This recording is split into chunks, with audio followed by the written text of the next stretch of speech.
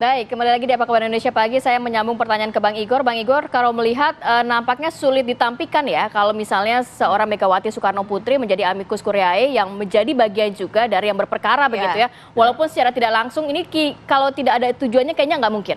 Terus yang kedua, apakah juga ini menggambarkan atau dapat ditangkap oleh masyarakat bahwa tidak ada lagi ruang komunikasi antara Megawati Prabowo, Megawati Jokowi dengan Megawati menjadi amicus curiae ini? Ya, jadi gini ya, menurut saya pintu yang tertutup itu belum tentu terkunci.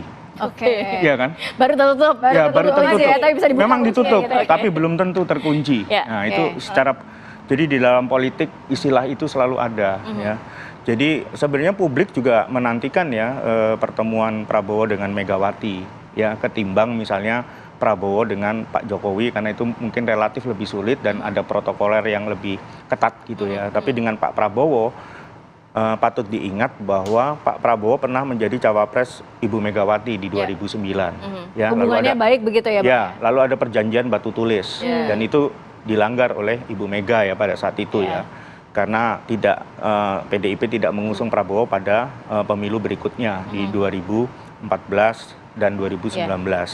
Lalu kalau mengenai sahabat pengadilan, saya melihatnya ini ucapan Ibu Megawati ini bukan sahabat pengadilan, tapi sahabat Ganjar, gitu. Karena kalau bisa dibilang sahabat Ganjar? Ya, karena sahabat pengadilan itu sebenarnya adalah suara rakyat ya, suara rakyat yang sudah memutuskan untuk memilih Prabowo Gibran menang satu putaran di merata suaranya di semua provinsi ya, dari 36 sampai 38, hanya kalah di Sumatera Barat dan Aceh.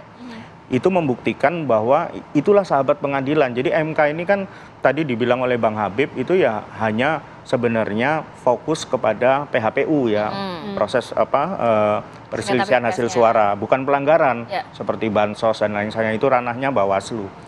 Jadi sahabat pengadilan itu suara rakyat ya, bukan pihak yang kalah lalu kemudian tantrum, kemudian tapi itu kan merasa juga bisa menjadi dari setiap warga negara Indonesia, walaupun dia ketua umum partai pun juga berhak begitu. Karena disampaikan juga. Tapi syarat yang paling penting dari amicus curiae itu adalah dia tidak terlibat dalam perkara hukum gitu ya. Jadi independen seharusnya. Ibu Mega hanya sebenarnya kalau menurut saya dia didorong aja untuk misalnya membuat wacana sebelum putusan MK nanti keluar minggu depan ya, hari Senin tanggal 22. Tapi artinya secara hukum itu sah tidak jika ada orang yang berperkara yang terikat lah paling tidak gitu kan, tapi mengajukan juga sebagai nggak apa-apa, tapi kan sah saja ya gitu. Nggak apa-apa. Tapi hakim akan melihat gitu, mungkin ada koridor-koridor tertentu yang ya betul gitu. karena hakim-hakim di Mahkamah Konstitusi itu kan harus independen dia, dan dia harus secara faktual melihat persoalan perselisihan hasil pemilu. Ya, itu yang disebut, makanya dikritik dulu sebagai mahkamah kalkulator, bukan yang terkait dengan proses-proses pelanggaran pemilu seperti bansos. Nah, dalam kaitannya sekarang memang ada peningkatan ya, tapi MK juga sudah misalnya mengajukan atau memanggil 4 menteri itu sudah clear, itu tidak ada bukti yang bisa menjadikan bahwa Pak Prabowo Gibran itu didiskualifikasi.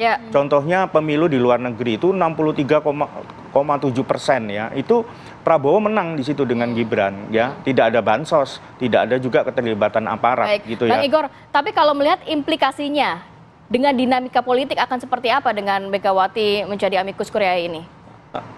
Menurut saya tidak akan punya pengaruh yang signifikan nanti terhadap hakim-hakim MK. Itu tadi ya, karena undang-undang MK itu kan sudah jelas ya bahwa dia hanya menyelidiki atau memeriksa perselisihan hasil pemilu, tidak lebih dari itu. Dan sejak tahun 2003 ya, pemilu 2004, 2009, 2019, 2014, 2019 juga sampai sekarang itu nggak ada misalnya putusan MK yang bisa mendiskualifikasi pasangan capres-cawapres yang menang pemilu berdasarkan suara rakyat ya, yang sudah diumumkan oleh KPU sebagai lembaga resmi pemilu. Kita ke Bang Firman. Bang Firman, Kalau misalnya tadi Bang Igor mengatakan dari segi masyarakat ya sah-sah saja gitu kan. Tapi artinya paling tidak hakim juga akan mempertimbangkan hal itu karena ada keterikatan. Tapi begini Bang Firman, kalau misalnya ini diajukan, ini lebih spesifiknya karena apa? Karena ingin benar-benar menegakkan keadilan atau memang ini ingin menunjukkan bahwa sudah ada tidak ruang komunikasi gitu antara Megawati dengan Prabowo ataupun dengan Joko Widodo. Tadi kata Bang Igor ini sahabat Ganjar bukan sahabat pengadilan, Bang. Begini, kami perlu meluruskan terlebih dahulu supaya tidak ada penyesatan informasi bahwa Ibu Mega bersama PD Perjuangan tidak pernah melanggar kesepakatan batu tulis. Karena 2009 saya salah seorang ketua DPP PD Perjuangan. Karena memang pada akhirnya Ibu Mega dan Pak Prabowo tidak terpilih. Jadi isi kesepakatan batu tulis itu baru relevan jikalau kedua beliau terpilih. Jadi perlu saya luruskan supaya narasi ini tidak dibawa-bawa terus, seolah-olah menyudutkan PD Perjuangan. Yang berikut adalah seluruh ekosistem persidangan dengan segala dinamika dialektika MK sudah berjalan sedemikian rupa. Sebetulnya soal materi persidangan bahwa bisa juga menyentuh bahwa itu pelanggaran TSM terstruktur sistematis dan masif sudah dibuka oleh MK. Hanya saja kita menunggu putusan MK apakah nanti terpenuhi atau itu terbukti. Soal sahabat pengadilan atau yang dikenal dalam tradisi negara hukum yaitu amicus curiae, maka sesungguhnya itu kan bukan para pihak, tetapi pihak ketiga yang memang terbuka lebar dibuka oleh sistem peradilan, oleh sistem hukum modern, tanpa melihat latar belakang, dan pendekatannya bukan pendekatan formalistik, bukan pendekatan formal, tetapi dia jiwa raga untuk menampung nilai-nilai dari masyarakat.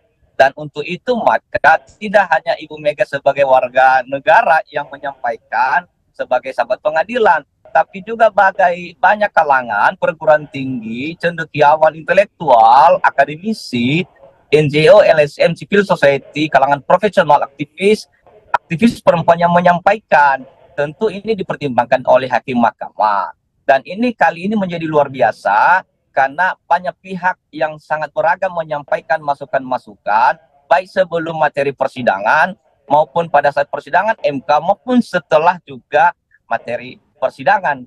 Itulah yang membuat Mahkamah Konstitusi menunjukkan jati diri untuk terbuka terhadap masukan-masukan, termasuk juga menyampaikan adanya kesimpulan, dan kesimpulan juga termasuk meliputi bukti tambahan. Nah, soal komunikasi politik satu jalan tersendiri, tetapi Ibu Mega sebagai warga negara konsisten karena merujuk pada penghormatan terhadap tahapan-tahapan hukum konstitusional, dalam hal inilah Mahkamah Konstitusi.